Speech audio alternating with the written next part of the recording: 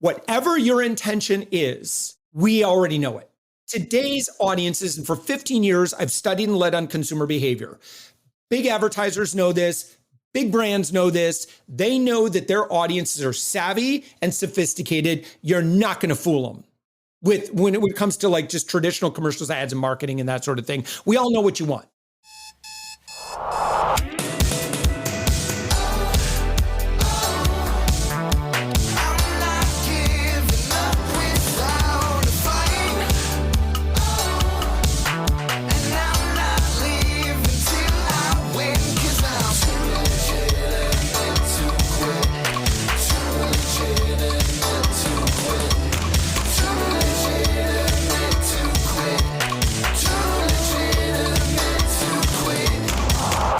Welcome to Too Legitimate to Quit, instantly actionable small business strategies with a pop culture spin.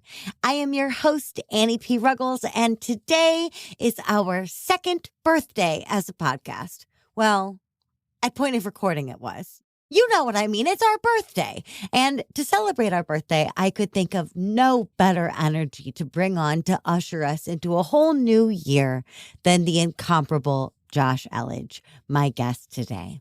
Josh Elledge is a U.S. Navy veteran and launched UpMyInfluence.com to help agencies, consultants, coaches, and other high-ticket B2B service providers skyrocket their sales. He also started SavingsAngel.com, which has grossed more than $6 million in sales with zero paid ads. Josh is a keynote speaker, writes a syndicated newspaper column to 1.1 million readers, and regularly appears on more than 75 TV stations across the country. All told, Josh has appeared in media more than 2,500 times, and I sure am so glad he sat down with me for this. Enjoy my interview with Josh. Media freaking sensation, relationship marketer, extraordinaire, and king of the mini whiteboard. Josh Elledge, I have a question for you, which is, what do small business owners need to focus on this week? Oh, absolutely. Where their best business. Listen, I've interviewed over 1,400 business owners, 6, 7-figure, 8-figure business leaders. And when I ask them this single question, where do your best customers come from? Invariably, 90+% of them say word of mouth, personal relationships, networking, who I know, through the grapevine. So why, to our business owner friend that's listening to our conversation right now, that's where you need to focus on. You need to systematize that process of talking with more amazing top shelf leaders. You need to build lots and lots and lots of amazing relationships, because if you will, and you get to a point where you have 200, 300, 400 people that when asked, who would you recommend for fill in the blank? And they say, you. It is game, set, match. You are set for life, and it's my job to help you get there. Heck yes, and hallelujah to everything that you just said, because, one thing I've heard you say is your network is your net worth, right? Like that is what is going to happen around us. And I love the verb you chose there. You said if you're not talking to, you didn't say selling to. And I'm obviously pro sales, y'all. I teach sales, but I think sometimes when we play this quantity game of people, we really treat it like a pure quantity game. Like, I got to give my business card and tell my spiel to 75 people today. No, maybe not. Why don't you have 3 quality conversations this week? Because 3 in 52 weeks is 160 people a year almost, right? So even if you just did 1 conversation every other day, year over year, you're exploding, and no one is feeling like a number and no one is feeling like a commodity. Because that's the risk of relationship-based campaigns, right? Is that we show connection or authenticity or something that isn't actually true, and then we pull back and it's not actually there anymore. And that's because we're trying to, with all these people, but you've interviewed 1,400 people. Yes. And I'm sure one of them is me. And I am sure that the majority are going to do exactly what you said and be like, you're trying to build something. You're trying to have those leads come inbound. You're trying to have relationships be the core of your business. You need to talk to Josh Elledge. Or you haven't considered relationship. You haven't considered podcasting maybe. Oh, you need to talk to Josh Elledge. In either way, like that took effort from you. So how do you walk that line? How do you connect with a lot of people in a meaningful way that doesn't exhaust you or make them feel like they're pulling a number at a grocery deli counter? Yeah, right. Well, it definitely does take systems. It takes, for me at this point, as long as I've been doing this, when I started off, it was just me. And then, I look at everywhere, and this is kind of the litmus test it's like, number one, how would I feel if I received this communication? How would I feel if I were treated in this way? How would I respond? What would I think about the other person if this is what they, if they invested into the relationship in the way that I'm investing into the relationship with them, how would I respond? And I just try to separate myself from my own stuff. And I said, no, be honest. How would you really feel? Right. And so if that can be improved, or there's opportunity where I can improve their experience, right? I'm going to do it. So there are a lot of really innovative things that we've had to create out of thin air that had never been done before, in order to facilitate. And Annie, I'm going to give you some numbers here that I think, to our friend that's listening to our conversation right now. I love numbers. Here's the situation. I'm going to explain the situation. I'm sure is very, very, it's all too common. And that is if you're an agency life, if you're a consultant, coach, B2B service provider, you probably have had some pretty good months. And then I'd say you probably have had some months that just suck. Like it's just like nothing's happening. So the problem that we want to solve for is consistency and predictability, right? If you're like me, emotionally, like I feel awful when I have like a span of time where just stuff is not happening and I start to blame myself, when in fact there's no reason to blame yourself if you have a down couple of months. It's just really simply, we look at, a lot of times, I'm going to paraphrase here something I remember from The Secret. People look at their current state of affairs and they say, this is who I am. That's not who you are. That's who you were, or based on the activity that you did. You're always in the residual of the activity that you did previously. So if you don't like where your revenue is at, if you don't like where your cash flow is at, well, just take a look at your activity over the past month or so, and that probably is going to give you some good indications of why it's there. And it's very objective, right? And so now there are things we can do to improve every step of the way, and hopefully we're constantly focusing on improving systems. But let me share with you kind of this. So we were experiencing that. So backstory is this ain't my first company, right? This is company number 8 for me. The first 6, some of them were not real successful. But I learned a lot. And then business number 7 became a 7-figure a year company, and that was Savings Angel. Savings Angel, as much, many millions and millions and millions of dollars of bit revenue that we did, I spent like $0 in advertising. I did all of that through curating relationships, mostly relationships with centers of influence, relationships with the media, ended up getting in the media 2,500 times. Things started, I came to a new stage in that business where I didn't need to be very actively involved. So I started doing pro bono mentoring in a local community, local startup community, working with minority business owners, military veteran business owners, female-led business owners, just because it's the right thing to do. Like we all support one another and help, provide equity and that sort of thing. Well, doing that work, and it was primarily around like, how did you get 2,500 media appearances? And that's what I would help out for, pro bono and just serve on boards and that sort of thing. That led to opportunities to do actual consulting work, which I wasn't even ready for. I was like, I remember calling up a friend, Annie, and he was a PR professional. He was like the head of like the local PRSA or whatever it is. And I said, hey, someone wants to hire me for PR. Are you guys going to come after me if I do this? He goes, no, no, no. If they want to give you money, you take the money, and you obviously you can get results. So that's all people really care about. So anyway, Yes, that is all people really care about. 100%. Yeah, for sure. Can you help me solve this problem? Can you help me, do this? Because, and the reason why I want this is because I want, security, significance, variety, that sort of thing, kind of the 6 basic human needs. Eventually it boils down to that. So anyway, so I started up my influence, or the first iteration of it, and we were just doing media consulting. And again, kind of experienced the same thing. Like, whoa, I'm used to, and Savings Angel was kind of, for all intents and purposes, like a SaaS or a service as a service kind of company. And so I was used to consistent and predictable. And then I came over to agency life, and I'm like, whoa, things aren't so predictable over here. What gives? And so I'm like, okay, well, I got to go back to my roots.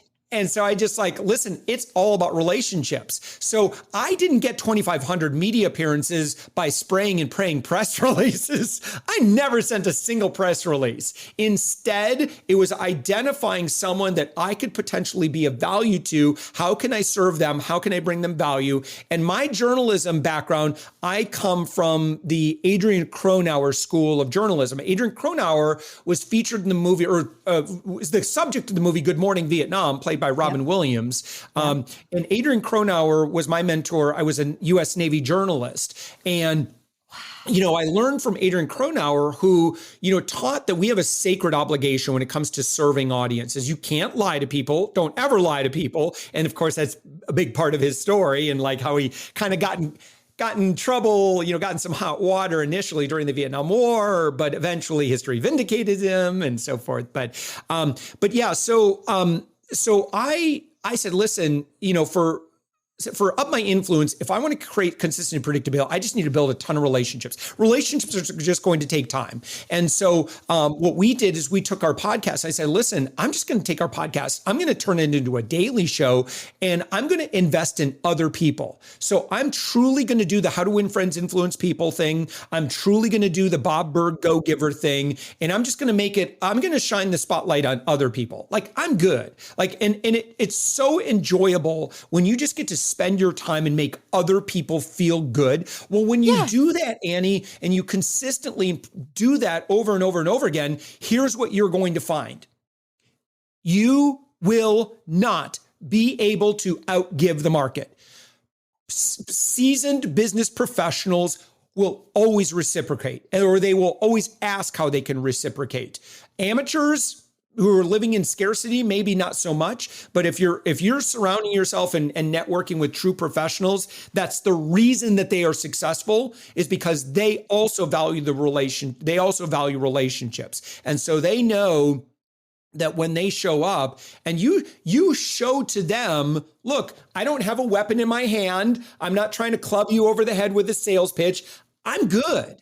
Like, to me, the relationship is more valuable than you giving me some money right now.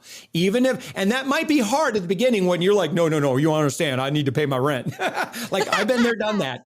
So let me get to the numbers, because I promised numbers and I didn't. Okay, so this was March, April, I think, of 2019, where we took the Thoughtful Entrepreneur, said, listen, we're just going to open up the floodgates. Anyone who wants to be interviewed, as long as you're doing 6 figures or more in your business, hot darn, come on in. We'd love to feature. We'd love to celebrate you. That was an investment in order for us to be able to step up that level of production. Certainly was an investment of my time and effort. A daily podcast is the most gargantuan obligation I can imagine. And y'all make it look like easy. It on the outside, doesn't it? So much work. Wow. Yeah. Oh, I got some thoughts on that, though, as you can imagine. Let me finish up the numbers, and don't let me forget that, because a lot of times people want to know, how do you do that? And so I'll share with you exactly how we do it. Okay. But here's kind of what happened. So we went from 1 show a week to 3 a week, then to 5 a week, then 7 a week. And there's been months, Annie, where I generally interview about 10 people every single week. So we usually have, we're always, okay, so wait, it was November 18th, 2019. We were just very actively talking about it on LinkedIn and so forth. Hey, we're always looking for guests, always promoting the guest opportunity. I told the team we had 60 people booked to be a guest on our podcast in the month of November. And I said, There's no way. Like I'm getting so far backlog because I'm not going to do more. I think I got up to maybe 15 interviews a week, and I'm like, it's a little bit too much. So like, well, let's put her back a little bit. So stop promoting the podcast. I said, we'll turn back on the promotion machine when we need to in terms of like soliciting for guests. And Annie, that was, as of when we're recording this, that was about 5 days ago, three years plus 5 days ago, that we turned off all outbound kind of communication, soliciting, inviting people in. And we've never done a shred of outbound since then. Everything we do in our world, and I'm going to connect the dots here because you say, okay, cool, you're meeting these people, then what? Guess what? I end up doing business with more than 50% of those people, and 25% of the whole end up buying my core product. My core product is not cheap. It's big ticket stuff. But because I give so generously to them and I don't have any demands, I'll explain the whole flow here in just, a little bit through our conversation so I can illustrate exactly how I do this. But to me, it begins with intention. People, and this is really important. So if you were casually listening, wake up. I know they're falling asleep on us. Come on, lean in. Okay. This is really important. I want to make sure you don't miss this. Whatever your intention is, we already know it. Today's audiences, and for 15 years, I've studied and led on consumer behavior. Big advertisers know this. Big brands know this. They know that their audiences are savvy and sophisticated. You're not going to fool them when it comes to like just traditional commercials, ads, and marketing and that sort of thing. We all know what you want, right? And so if you're dealing with a population, and the reason why populations, by the way, if you're curious about this, is because we've been experimented upon like never before, the past 15 years in particular, in terms of like how much we've been inundated with advertising messages. Social media and mobile devices have put, thousands of ads in our face every day. Or we have access to that many advertising messages. So what ends up happening when you experiment on a population like that is they become hyper resistant to being sold to. Look at what's happened to email and email spam. Okay. It's really hard the numbers are just pretty bleak. If spray and pray via email is your strategy. Same thing with DMs, same thing with banner, back in the day, banner ads and any other thing. And here's the thing, right? Oh my God, banner ads, that takes me back. Yeah, right, Woo! right. Yeah, I know. So marketers flock to all good ideas until they ruin them. And they just leave, it's like locusts descending upon the crops and just leaving a wasteland. That's what marketers do. So a good litmus, I see you. I'm just like dying. I saw The Lion King last night, and I'm just seeing like hyenas taking over Pride Lands. But it reminds me of like when 1871, which is a big innovation hub, opened in Chicago. The first couple of months were blissful because it was all startup people, and I was like the only marketer there. And then I went like 3 months later, and it was all marketing people, and it was very much. As a hyena myself, the hyenas taking over the Pride Lands because I looked to the left and I looked to the right and I was like, wow, we cannibalized this place. Sure did. So I'm dying about that because it's totally true. And I don't want to demonize, I don't want to demonize marketers per se, because I think it's just the marketing culture. Yeah. So we're kind of victims. I don't want to say victims, but we play a part. We have to attach, and we do. And when we attach, it sort of breaks. Yeah. And digital entrepreneurs, what ends up happening is, culture, and you have these, in our world, I think, you identify them as gurus or whatever. So they're dispensing thought leadership around certain ideas on how to do things. Now, what really sells, unfortunately, is the fast, easy riches. Just sit on your toilet, sip martinis, and then go out to the beach and sit on the beach and sip martinis. And, you can have easy automatic riches. All you have to do is just use technology to annoy people and eventually get to that 1% that's going to buy your thing. Well, you end up, again, you decimate the crops in the meantime for everybody. You're ruining it for everybody. And so because of that, now we can't have nice things. That's a huge reason why the Non-Sleazy Sales Academy exists, is like, I need to teach against this stuff that is killing the crop. Because there are, for every person, for every me, for every you, there is at least one, maybe not two, but at least one person out there who is relying on gimmicks and tricks and poisoning the well. And if people like us aren't going to be like, excuse me, that forsakes the relationship you just built. That builds the relationship under duress or violates it. We're like, nah. Play the long game if you need to, because that long game is beautifully fruitful. That's how you get a crop of people year after year, and not people that are like, hey, I used to love that Elledge guy and now he drives me crazy. That doesn't happen when you treat your people well, right? People remember how you treat them. And so that's business, that's life, but especially in a marketing impression, how is your marketing making them feel? I love this question you asked at the very beginning. How would I feel if this marketing was directed at me? If my email, if I was going to receive my cold email, if I was going to listen to my podcast, if I was going to watch my webinar, how would I feel? How would I feel when objections are handled the way I handle them? How would I feel if objections were handled in the way that I was taught to handle them? It felt terrible. It felt crappy. I thought, I can't do that. I don't want to do that, right? So it's putting yourself in that place of connectedness and then honoring the fact that you're there, right? That's so freaking key, because you're not going to get results. You use that word results. You don't get results from surface relationships. You get results from nurtured relationships. But the secret that I've seen, especially through podcasting, is you can get to a next level relationship with someone quickly by showing up as yourself, showing up in integrity, not lying to them.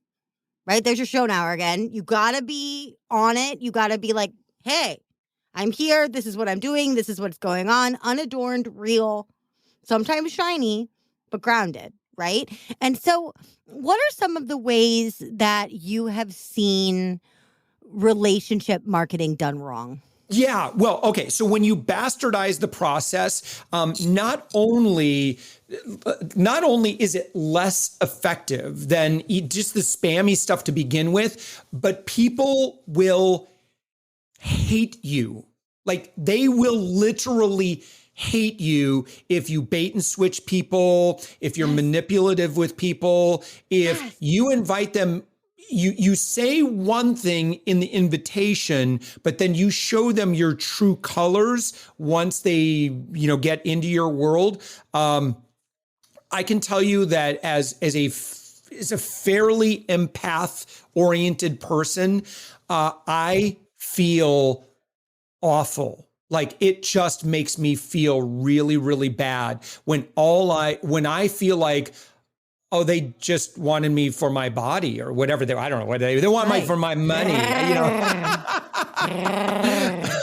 It feels so slimy, and I feel so used and abused in that point. So that's where it goes wrong. So that's why I have to go back to intention. If your heart's not in it, I'm going to tell you right now, and you don't have the ability to take your sales hat off and put it on a shelf, or you don't have the ability to look into and say, is the value of this, is there value in this relationship, or is there value in, building relationship with people? And if you're just not at that place right now, and you're all about the money, I am not the person for you. And then there are a lot of broy marketers who have a lot of S-H-I-T to sell to you. Sorry. That's He said they have shit, a you guys. lot of stuff to sell to you. And guess what? You're going to lap it up and you're going to buy every bit of it and you're going to make them rich. And it's going to be a great, incestuous pool of, just marketers just selling at each other nonstop. That does not appeal to me. No.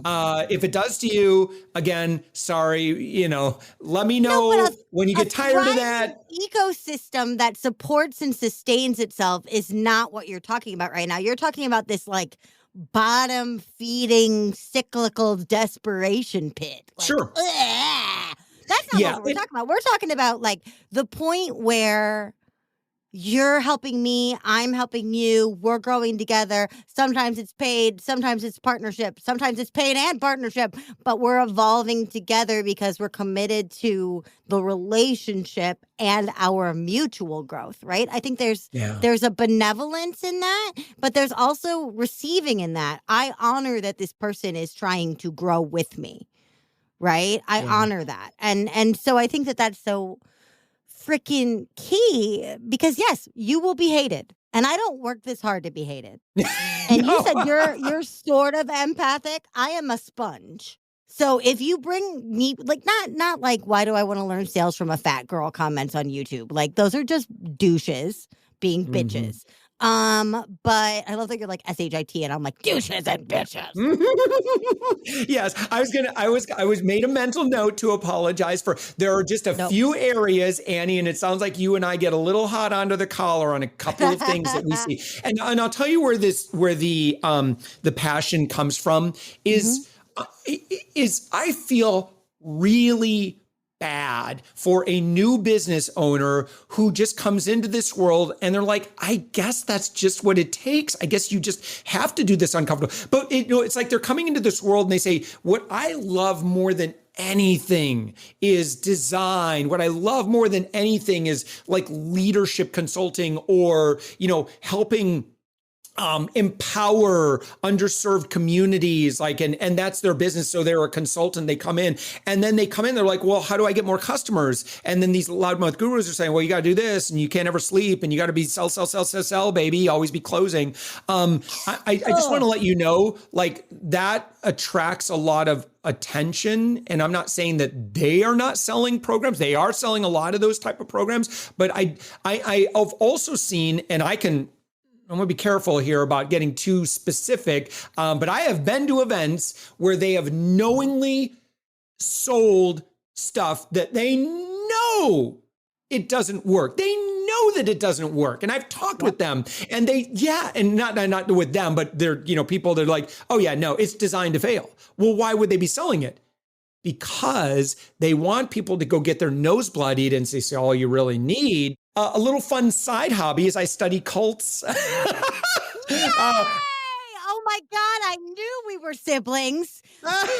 So, well, more around like cult behavior and brainwashing and this. And I'm really coming at it because, again, with Savings Angel, I'm a consumer advocate. So I have a heart for that new business owner being manipulated or for that consumer being lied to. It hurts in my heart space when I see that. And so I feel like, this moral obligation to advocate for people who are just trying to do the best that they can, but they don't have yet the wisdom to know, I guess I don't have to buy that thing, or I don't have to, it's like, if someone told you that the way you run your business, the way to become successful is to become like that stereotypical old school used car sales guy that can never leave the lot because he's so afraid of going home, heaven forbid, spending time with his family, and he might miss that one sale, that walks onto the lot. On that one car that isn't right for anybody. No.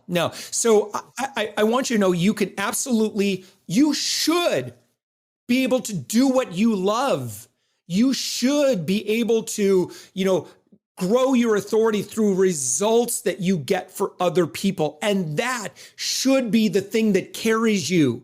And yes, you need visibility. Yes, you need to, kind of build introductions and so forth. But, again, if you'll take the approach of making it ridiculously easy for super well qualified, your dream persona buyers to build relationships with you, that's kind of the goal here. And relationships, they got to start somewhere, but in order to nurture the relationships, it's a really, really noisy world. So what I have seen, while my inbox or my DMs continue to be slammed with people with these robo scripts and stuff like that. And again, I hate that stuff too. I don't know if you love it, but I'm not a big fan. Okay, hold on. In your knowledge of me, does that sound like something I would love, Elledge? Come on. Yeah, probably not. I'm kind of talking to our friend that's listening to us too, and they might, oh yeah. It is, what's crazy? When I've talked about this on social media, I'm like, how does that really feel?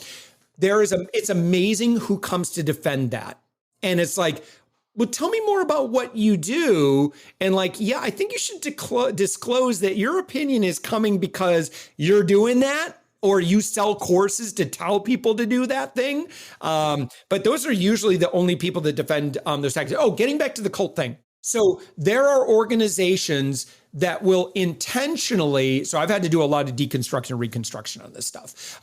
But there are organizations that will intentionally send their followers out to go fail in the world. They intentionally tell them to do things they know it doesn't work. And the reason that they do that is so that they can delineate a world that doesn't support them from, just come on back and we'll love bomb you when you come back and give your money to our culty bubble. Absolutely. All things work and you prosper, but the outside world is simply not for you. Yeah. In fact, I was at one event because they gave me a ticket. I'm like, I'll go check it out. So anyway, he puts this script on a PowerPoint or whatever. He says, everybody, pick up your phone, call somebody, and read this script to them. It was the phoniest, fakest, lamest. Of course it's going to fail. And he goes, well, how did that go? Oh, so all you really need now is you need to get much better at this so that it can blah, blah, blah, blah. And then, then of course proceeds to sell them the program. It's awful. Yeah, that culty only I can help you mentality. Oh, totally. Right? Yep. Well, and the other thing about it is, and I think I love that we're talking about cults today. I've seen every cult documentary that has ever existed and listened to every cult podcast that has ever existed. But let me be very careful too when we talk about this. I in no way am talking about to our friend that's listening. I'm not talking about your group. I'm talking about the others. Oh, so, no. Right. I'm not talking about your religion, your group, whatever. I'm just talking about the other people. So don't. It's a very real thing, though. When you're gathering people around yourself and you're manipulating people for their own benefit with their consent, right? It's very different than when you're manipulating people to your own glory. It's very different, but it can feel the same sometimes if you're a super empath and you're like, why am I making this so much about me? Right? So we can feel a little culty putting ourselves in the center of things. But one of the main things in cult mentality is that I will rob my members of personal power toward seemingly the power of collective, but really more the powering of me, right? And so me as leader of this cult that doesn't exist, but could, right? And I always say that most of my friends would be incredible cult leaders, but that's neither here nor there. None of us are starting cults today. But I think what we're talking about is so beautifully the exact opposite of that. When we are relationship building, when we are relationship delving and developing, we are loading up our partners and our followers and our peers with more personal power, not less. We're connecting them to the outer world more. We're bringing them into themselves more. We're not saying only I can fix it. We're not saying come stay away in my little mastermind and never talk to anyone else again. We're not saying that because that would rob the person of personal power. I mean, so many people are selling empowerment and the very first thing they'll teach you is you are nothing. I am everything. In order to be empowered, be a mini me. That's gross and culty. Yeah. Yeah. And, and it really does. There's boy, Adam Grant, Think Again is just such a great book to start to, think more objectively around the messages that we're given, just so we can be super informed on this. But, I'd love Annie to kind of talk about, kind of sales. I want to keep talking about the sales conversation too, because I think, you're just such a brilliant mind when it comes to this. My approach to the sale, so we produce a lot of content and, we're working on webinar right now. And I love that at the end, it's not, I don't have to play mind games with people. I can just say, listen, you're pretty smart at what you do. I'm pretty smart and pretty good at what I do. In fact, and I don't mind saying I'm pretty competent or incompetent at most things in the world, but there are a few things that I'm probably one of the best in the world at. I mean, they're pretty nichey, nerdy things. So it's not like, wow, I happen to have obsessed on a few things like crazy, like beyond like what a normal brain should do. And one of those things is, again, leveraging platform and generosity to facilitate endless predictable sales. I'm really, really good at it. I'm not good at most things, but that one thing I'm really, really good at. Phenomenal at that. Like, let's crank really, really good up by about 50 and say you are phenomenal at that. Well, thank you. Because you're phenomenal for that, you're also known for that. Thank you. Well, I appreciate that. So I share that like in the webinar. I say, so listen, clearly we've got the results or whatever. Now we need to figure out what's next, right? And so, some of our programs do have some investment, but obviously you would only make that investment if just the math made sense and it made sense for you. You've got the budget, you could do it or whatever. Like, listen, and it's about treating your guests like adults. You're pretty smart at your business. I'm good at my stuff. Let's figure it out. If there's a fit for us, awesome. If there's not, you know what? There's probably a lot of other ways that we could help one another. And I'm honored however that ends up looking like. So if your intention when you get into and this might be controversial, but my intention for a sales call is the greatest good. That's really what my intention is. And I am totally cool if it means I don't think you're a good fit for kind of what we're doing right here, but who I think would be awesome for you to connect with would be so-and-so. And so then I send them to, what I perceive to be their greatest need based on what they tell me where their gaps are right now, or what's hurting them right now. What do they really, really want to get done? That said, I do believe cash flow is probably it's the lifeblood of business. And there aren't too many problems that can't be solved when you have as much, all the cash flow you need, because then you can make the investments that you need. So my solution is all about driving cash flow. Well, yeah. I mean, then you could buy all your new friends a fruit basket and a warm pair of socks. You can do it that way too. But the idea here is that when you treat people like adults and like you're still going to lead in the sales conversation without a doubt. And and you've got that intuition, you've done it, 1,000 times or whatever. You get really, really good at the flow of the conversation. But when people feel safe, to collectively make a smart decision together and that you're going to honor them no matter what, you'll help them gain clarity for sure. And help give them access to what could be. And then, but sales is so enjoyable when you take that approach, as opposed to feeling like when you get out of bed and your first thought is like when your feet hit the ground and your first thought is like, who am I going to sell to today? You might be able to do that short term. Long term, that is really hard to keep the spirit aligned with that, in my opinion. Yes. And the hate issue that we talked about before. Not only is it hard to keep up internally, externally, people are like, I can smell you from here. Woo! Oh, yeah. That sales gingivitis, man. Woo! Oh my God. If you don't write a book called Sales Gingivitis, I'm going to be devastated. I will write the foreword for that book. That is brilliant. But I made a big deal out of you being known for this. Number one, because you are, but also that was my introduction to you. Right? So everything that we've talked about today, I have been through. I was on your show.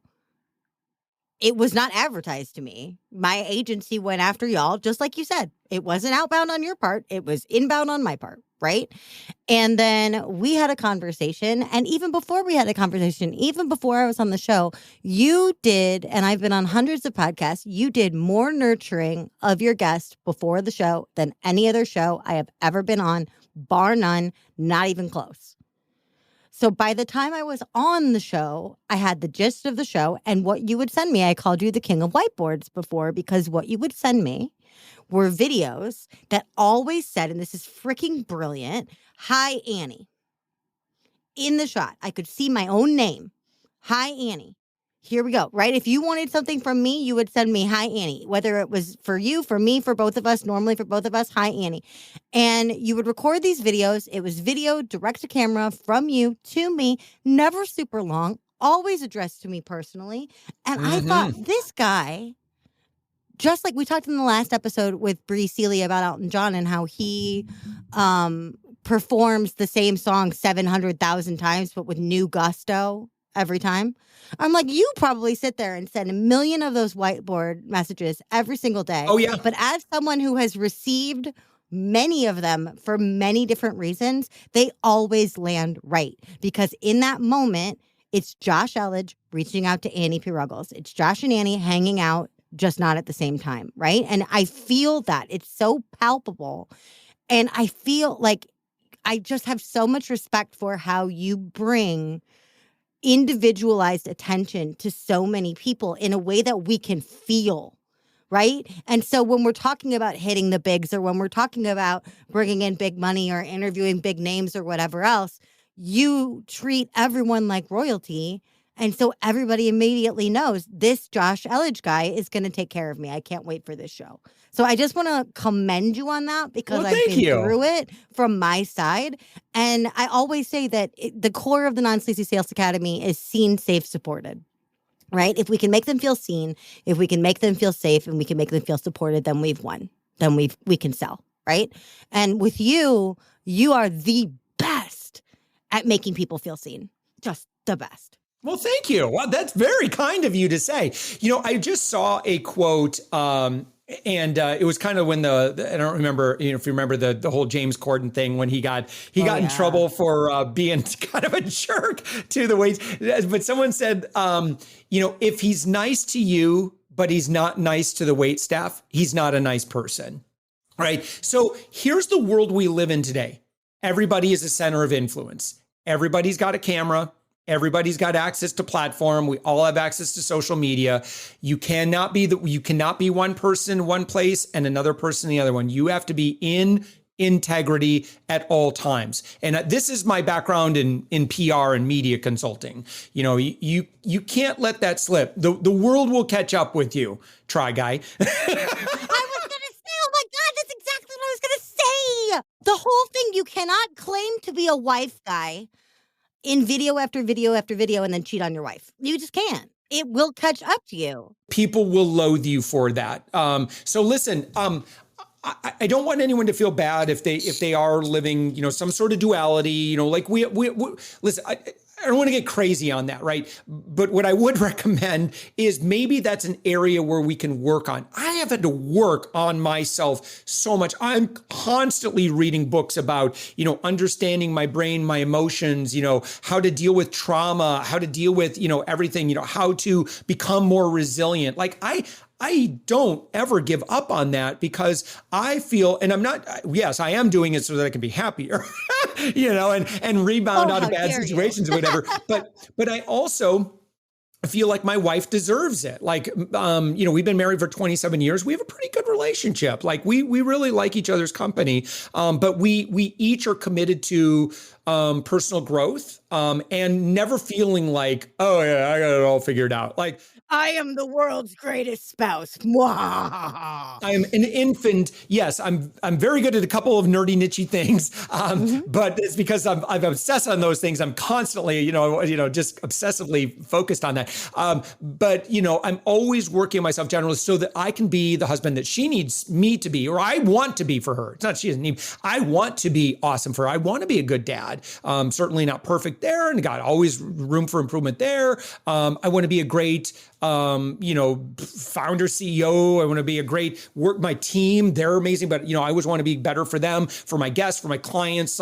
And so the more that we work on ourselves, the more valuable we become. When you fill your own cup first, then you're better able to fill the cups of others. So it's a never ending process to continually work on each other. Listening to podcasts like this has changed my life. It really has, because I've learned and I've gained that learned knowledge and that modeling knowledge, when I've tested what I've heard and I've done the thing and I've gained the activity knowledge from doing the thing. And then, the teaching knowledge when, the student becomes the master and the student is, and it's our job to inspire that, that next generation of people. We really do, like who we become in the process. And I've interviewed, so many people that, look, like you'll get the money. I know we're all worried about the money in the beginning. Like you'll get that figured out, hopefully. But who you become in the process, honestly, is so much more valuable. And there's some people that heard what I just said and said, yeah, okay.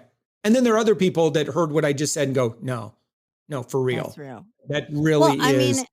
I've been telling people for years, the best autobiography title I've ever heard is Michelle Obama's Becoming, for that exact reason, right? We are all in evolution. So when Becoming came out, and I'm a libby, lib Chicagoan. So me being excited about Michelle Obama's book is a big duh. But when that cover came out and that title came out, I was like, oh, Becoming, right? Mm-hmm. And so I love that permission slip you just gave everybody. If you're showing up disingenuously right now, you have permission to change it and the ability to change it, which is actually, oh my God, the perfect transition into our pop culture piece about someone that we are getting to watch evolve.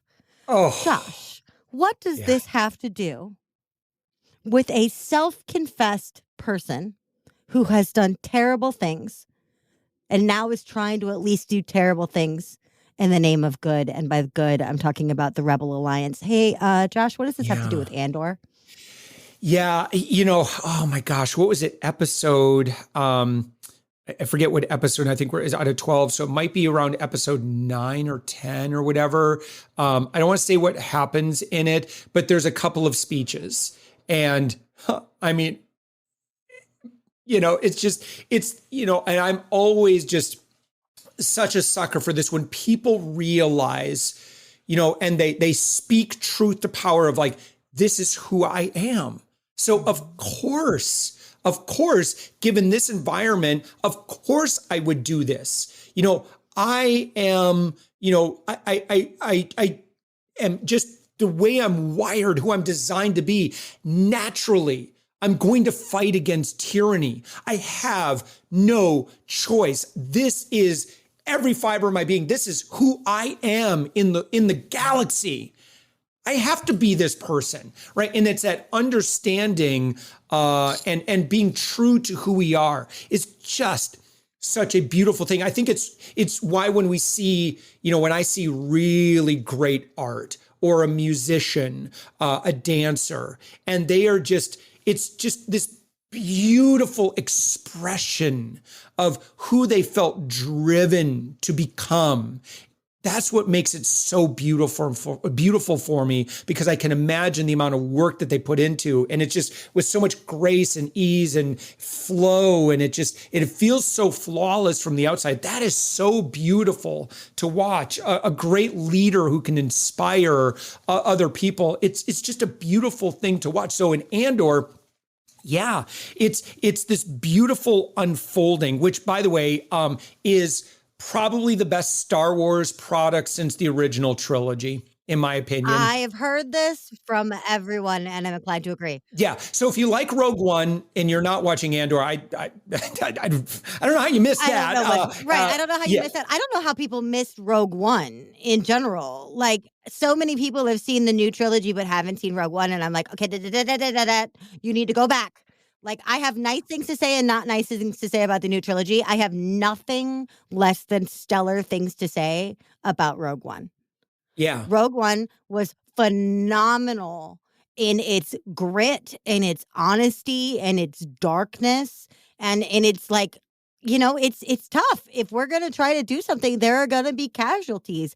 People will be tested. It will be painful. And I just remember we saw Rogue One on Christmas and I just sobbed like the Yeah. whole time. And I looked at my brother-in-law, who's the other Star Wars nerd of the family, and I just looked at him and I was like, screw you, buddy. Like, I just bawled for 2 hours. Like, Yeah. but it's because it was so good. And so, like, getting to see the backstory, the fact that we're learning about Andor himself backwards, I think is so fascinating because it shows us not all heroes are born perfect and how many of us No. feel like Who is imperfect perfect? entrepreneurs Right. every day, right? Like, we can be imperfect entrepreneurs and still save the day. It can happen, but it's going to happen because we challenge ourselves and hold ourselves to a higher standard and, not for nothing, forgive ourselves for our past missteps. Yeah. Yeah. It's easy also for those of us, like let's say, for example, let's be careful here, but politically, oh, the other side, they're bad and evil and awful and they're the, blah, blah, blah. Yeah. It's really easy to otherize people and to just think that they're horrible people. But again, if we look at Andor as this, like it humanizes everybody. The good guys aren't perfect. The bad guys are also humans, right? The Empire, it's not just this black and white type thing, right? Because you see now these humans inside the imperial machine. How could they not be who they are? And I think really great shows. I haven't really watched Thin Blue Line, but I think that was what am I thinking of? The Wire, excuse me. So The Wire is I haven't. Yeah, I really am looking forward to that. But that one is where, again, you just gain so much empathy for everybody. The good guys, the bad guys, everyone's a little bit gray, like we're all human. And I think that there's something so beautiful in the mortality and the raw realness of, we're all doing the best we can with what we know. And in fact, for me, because I had some tough stuff growing up, from my parents. And for me, the path through that is forgiveness. And the path to forgiveness is saying, you know what? Based on their situation, based on their upbringing, based on, their conditioning and the messages that they were given, of course. Is it right? No, but it's what it is. And so, that compassion, for everybody, I just think is a beautiful thing. And I really hope too, again, otherism and tribalism really sells. And it, again, getting back to the culty stuff, it's very appealing. And by the way, just because someone is smart, has nothing to do with their susceptibility of, looking at every character within. Well, we're just going to use Star Wars parlance here, thinking that all the rebels are good and all the Imperial folks are bad. That's a very simplistic way of looking at that. And the brain loves simple answers. When in fact, again, it's much more complicated than that. So, oh my gosh, sapiens. Like if you look at like the history of mankind and why just the brain loves tribes and the brain loves simple answers to things. So we look at, lightning came down and torched our crops. Why did it do that? Because we were sinning, we were bad. And so it's an easy answer. And so the brain goes, good. All right, now I know why. Catalog. Good, bad. Good, bad. Yeah. Yeah. Stuff like, again, I'm going to be real careful here, but things like COVID, it's complicated. Some people love to simplify it and say, no, it's just a conspiracy, blah, blah, blah. Again, I'm going to be really careful here the way I love dodge how this careful one. you're being. This is not a show known for carefulness, so you're really killing it. It's great. Okay, all right. But that would be another one where our brains want to come up with simple answers as to why. Yes. Why do terrible things happen? We want simple answers. And when someone with a loud mouth gives us a simple answer, we go, okay, good. They act like they know what they're talking about, so I can buy into that. So this is the stuff that marketing gurus do, politicians do, religious leaders do. And again, nothing against religion. Religion is wonderful. But it does put labels. It's a system of labels, right? Like one of the things, I went to 14 years of Catholic school and I broke up with the Catholic Church because I got really irritated with the idea that like all other paths to God aren't equal. I'm like, so you're saying that I, as a Catholic, have more of a chance of going to heaven than my friend who's a Lutheran, and I don't understand that. Now, that's me bastardizing Catholic doctrine because I've had 14 years of trauma-based Catholic education, right?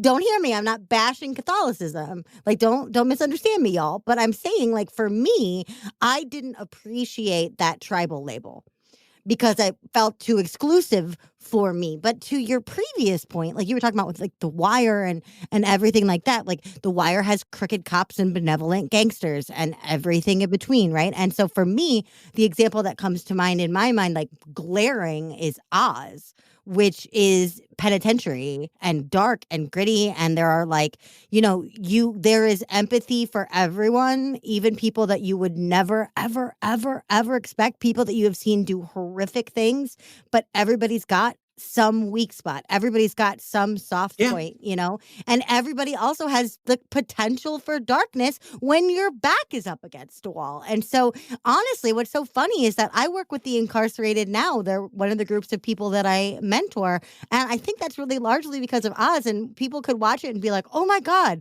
why would that inspire you to work in prisons? And I'm like, because everybody deserves a second chance and there's good in everybody. And if a show like Oz can prove that, then I'm going to rise to the occasion of making sure that opportunity spreads around, Yeah.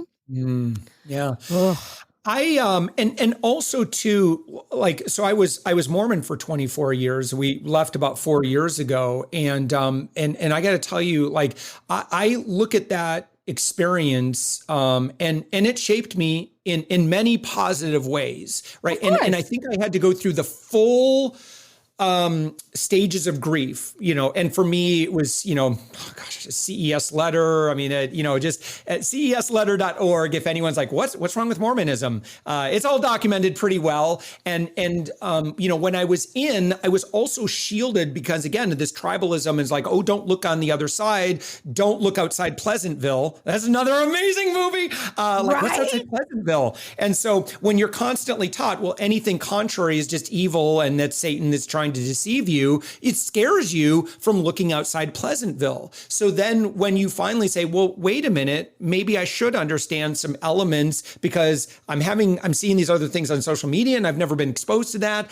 That's kind of weird. So then you start to study this stuff yourself. And Mormonism has a very, very messy background, and it's nothing like what I was taught. And I was a seminary teacher for many years. Went to BYU for 3 years. I did all the things. I was hardcore, full tithe payer, full temple attendant. Like I did everything for 24 solid years. And when I started realizing that I actually knew very little about the foundings of the church and science and history and how it's just mathematically not possible, and that was very unsettling hold on, for me. Something doesn't click in anymore, but you can keep how, when it was good, how it taught you to treat people. You can take the morality and carry it forward. Like every Mormon I have ever met, and through the National Speakers Association, I have met hundreds.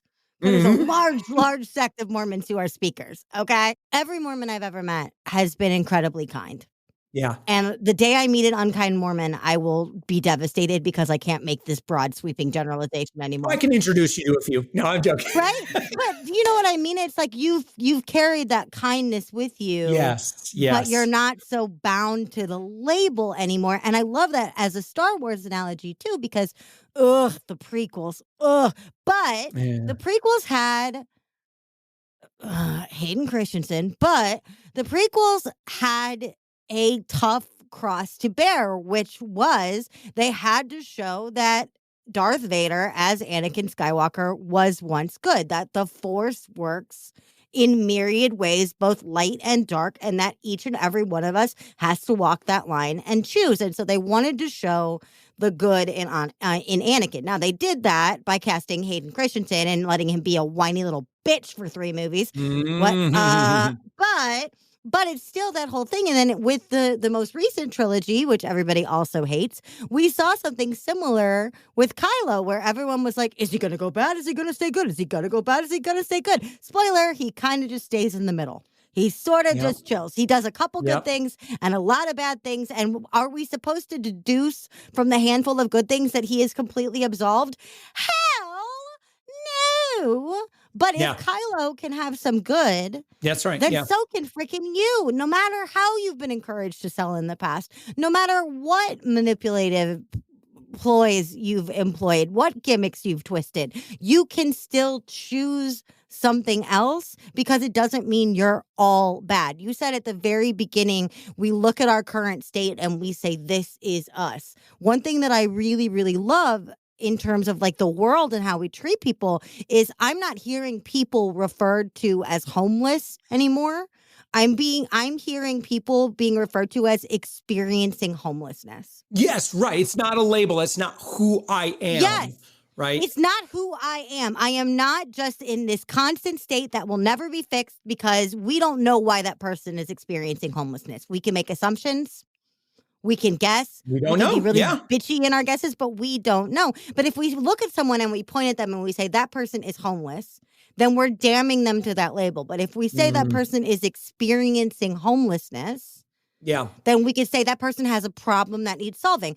If I'm having a feast or famine, if I'm having a famine time, I'm not a broke entrepreneur. Right, as a permanent thing. I'm not doomed to failure. I am experiencing failure now. I am experiencing low sales or low pipeline now. And just like experiencing homelessness with my peers and the people that rally behind me and, you know, everybody else, I am experiencing struggle. That doesn't mean I'm causing the struggle. That doesn't mean I'm delaying the struggle. That doesn't mean I am the struggle. It means I'm experiencing struggle. Right. And so what we're seeing in Andor is people experiencing struggle and doing their damn best. And I think as someone who loves people fiercely, and as you, I know, love people fiercely, if we just assume everybody's doing their best, including us, we'll be a lot better off. Ain't that the truth? Annie, well said. You know, I wanted to, there was just some stuff I wanted to share, probably my favorite quote from my favorite movie. And it's Christoph from the movie The Truman Show. And he says, we accept the reality of the world with which we're presented. It's as simple as that. Whoa. And, you know, in talking about Truman, you know, and he prefers, well, he doesn't, because he starts to get cognitive dissonance and he starts, wait a minute, this kind of isn't adding up. And so I want to kind of bring this back full circle, you know, to our friend that's been listening and is looking for really good business advice, and they're hearing all of this advice and they're like, yeah, but it makes me uncomfortable to do that. It makes me uncomfortable to be a sleazy salesperson. It makes me uncomfortable to feel like I have to just hang out on Clubhouse for hours at a time in the hopes that I might, you know, come across, you know, someone that's going to buy my thing. And I want to let you know, no, it might, I don't think that's what you have to do. That's my opinion. But again, that is not what it takes. And again, I really have objectively had long conversations with thousands of entrepreneurs by now, but certainly formally on my podcast, you know, 1,400 very meaningful conversations with thoughtful entrepreneurs. And that's not what they do. You know, they don't they don't, they, I want to say a bad word, they stay classy. They stay classy and they play the long game. If you're willing to do that, I know it sounds exciting to become an instant overnight millionaire, but every story has a backstory. And I know you've heard this before, just you pay your dues one way or another. Shortcuts to the system oftentimes end up just being a big booby prize. What you really, really want is again, the systems and the people and the network and authority that you've truly earned and that you've made good in the world, and your outcome that you've helped create in the world, that does the work for you, and you will get there. And I promise you, just stick around, plug in with good people, plug in with good, heart-centered leaders, and they'll constantly reinforce, yes, you're doing the right thing. Just keep doing it. Just a little bit longer. You can make it. And when you get to the other side, it will absolutely all be worth it. Business today, Annie, is much easier for me today than it was many, many years ago. It was hard as hell many, many, many years ago. But, again, just you keep, surround yourself, the 5 people, you're the combined average of the 5 people you hang around with most. Hang around with good people. They're going to keep you going. Just, again, focus on providing the absolute best experience you possibly can for your clients. Always be looking at, how can I make our system better? How can I make my services better? How can I be the best in the world at this one very particular thing, the thing that people pay me money for? And your work will speak volumes for itself. People are so connected today that they will end up doing your work, a lot of the quote unquote marketing work for you. And final quote I'll just add with this is the founder of Geek Squad, who said that advertising is the tax you pay for being unremarkable. Go be remarkable. Just focus everything on being as remarkable as you can, and you'll never have to advertise again. If you don't want to, you still can if you want, but you don't have to pay that tax. But that's how you, to use your phrase, earn authority, right? It's earned authority. Oh my God. Well, you and I know that we could gab and gab forever, but we have Thanksgivings to prep for and meetings to have, and you have whiteboard videos to send, I'm positive. So I have 2 questions for you before we let you on your merry way. The first one is, in the next big Star Wars show, we don't know what it is. Maybe it's Andor season 2, which is filming right now. So chip chop, whatever. But I'm not going to bind you to that. It could be any. Okay. You have been cast in a walk-on role. I saw that season 1 of Andor had 6,000 extras. So let's say that you are a featured extra. You have a couple of lines. What role are you playing within the Star Wars cinematic universe if you could be a walk-on part as anything? Yeah, I would probably go, with something that where I get to express some sort of emotion, right? So not a stormtrooper. Got it. I would love to be, yeah. So it'd be nice if I was a face character, to my Disney cast member friends here. But so whether that is expressing the frustration of being, the empire is, and just sharing the raw emotion of what that feels like, or it'd be tough for me to play the oppressor. But again, I love the very human, like I'm too scared not to do something different. It's like, when you look at totalitarian regimes of the past, and most of them were just blinded, right? I would not want to be that kind of character.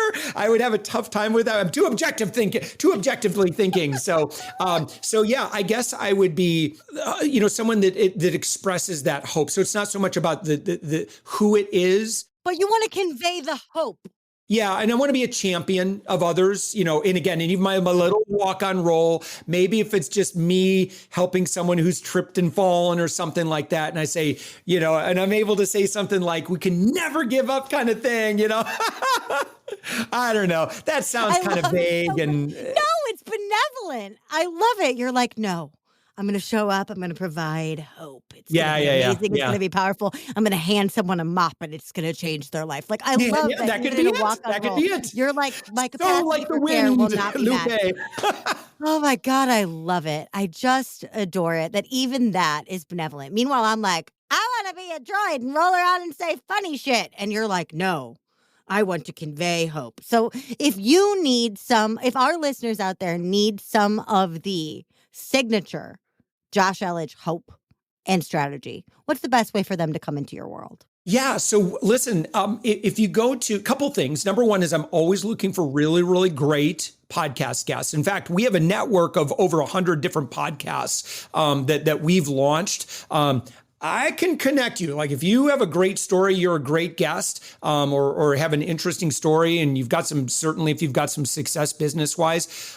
Oh, I can hook you up in a big way. So we have a page on our website. If you go to, get ready to write this down, it's www.upmyinfluence.com.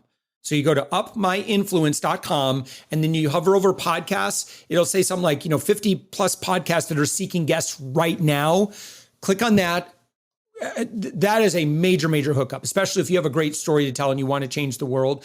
Go peruse. I'll tell you, most of them are a little nichey, so you're going to have to look at them all to see, the ones that you might be a good fit for. The Thoughtful Entrepreneur is always looking for good guests, even though I'm always booked out like 6 to 8 weeks in advance, which is a good problem. So that would be number one. Number two is like, let's say you're a little bit earlier stage in business, or if you provide services and like you want to make your mark in the world and you love working with individuals. So I love working with like B2B consultants, coaches, agency owners, B2B service providers, particularly if you sell bigger ticket. We should probably talk. I probably have some really good introductions. I may be able to help you. There might be an opportunity for us to work together. I don't know, but I'd be happy to grab 15 minutes with you and maybe we could take a look at that. At my website as well, I've got a webinar where I really go into this and I get very tactical. I lay out a lot of data and it will probably change your life in a very significant way. If you feel like, again, the answer to all your problems is the next big marketing whiz bang gizmo. It's not. It has more to do with the foundational of like who you are and how you show up. And when you get this figured out, it's going to feel like, look at this, Annie, I've got the Harry Potter lucky juice right here, the Felix Felicis. And when your heart is in the right place and you've got a little bit of authority, you're just going to feel lucky every day in business. And I say that having been on both sides of it, where everything felt like it was a struggle. And then, also I've been in my business where everything just flowed. And I love those flow moments. And so my hope is just to inspire you to kind of get in that flow, not getting ooey gooey, airy fairy about this, but it's just about how you show up in the world and what people think of you and, how you inspire them. That's really all it is. But when you show up as that person every day and you got the authority and success, a little bit of success and authority to back it up, it's pretty easy. But like business gets really, really easy. And as a result, cash flow gets easy. Everything gets easier. You attract the right people. You attract the right team members. You attract the right experts. You attract the right opportunities. You attract the right partnerships. Everybody just wants to support you when they know that you're a train that's moving. And there's just these attractive qualities to how you show up every day. Heck yeah. And it's earned. Authority is earned. Luck is earned.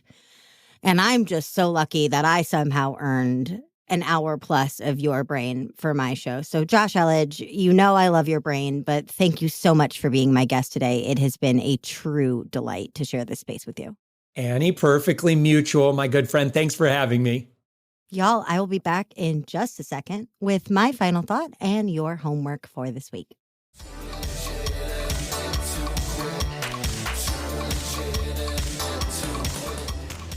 Well, hey there. As I mentioned at the beginning of this episode, this is our second birthday as a podcast, and I simply must thank all 114 of my wildly brilliant guests, my delightfully reliable and reliably delightful editor, Andrew Sims, and each of you for listening, sharing, laughing, the works. Now, I swear this will turn into needle moving, aha providing homework, but it needs to get mushy for just a minute. I am proud of this weird, lovely beast of a show, more so than I can say or ever expected to be. And listening back to this episode with Josh helped me realize what specifically I love. I love how this show makes everyone around it feel. I love how it lands, how it connects and soothes and challenges in turn.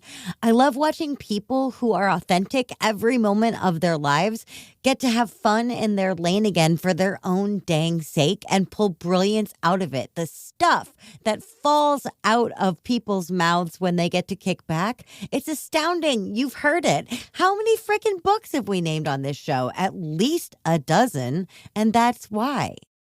How is your stuff landing? Your homework this week is to take a tip from Josh and think, really deeply think, if I received this, how would I feel? And I want you to do this about a critical piece of your marketing or customer service. If I received this, how would I feel?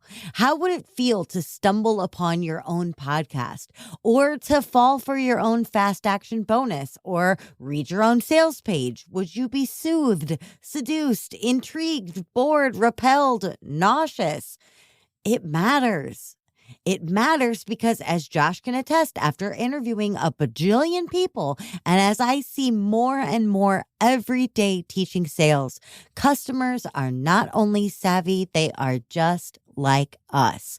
Normally, they're just a few feet behind us on whatever learning curve we're still on.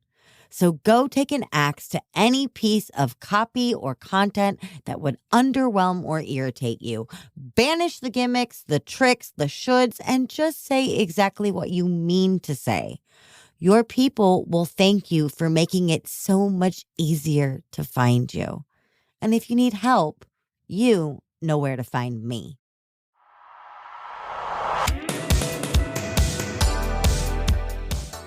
Hey, thanks for listening. If this episode kept you laughing and learning, I have two requests for you. First, make sure you hit that subscribe or follow button, depending on your platform, so you never miss an episode. And also, more importantly, if you are looking for support, inspiration, networking, collaborations, or just a chance to hang out with me, Annie P. Ruggles, and our fantastic guests, make sure that you are a member of our LinkedIn community, The Legitimati. It is a weird and wonderful place. I can't even believe it's on LinkedIn, and we want you there. You'll find the link in the show notes. Big shout out, as always, to the fabulous dudes who helped me make this show. My producer and editor, Andrew Sims of Hypable Impact. My theme composer, Riley Horbasio. And my show art creator, Francois Vigneault. See you next time.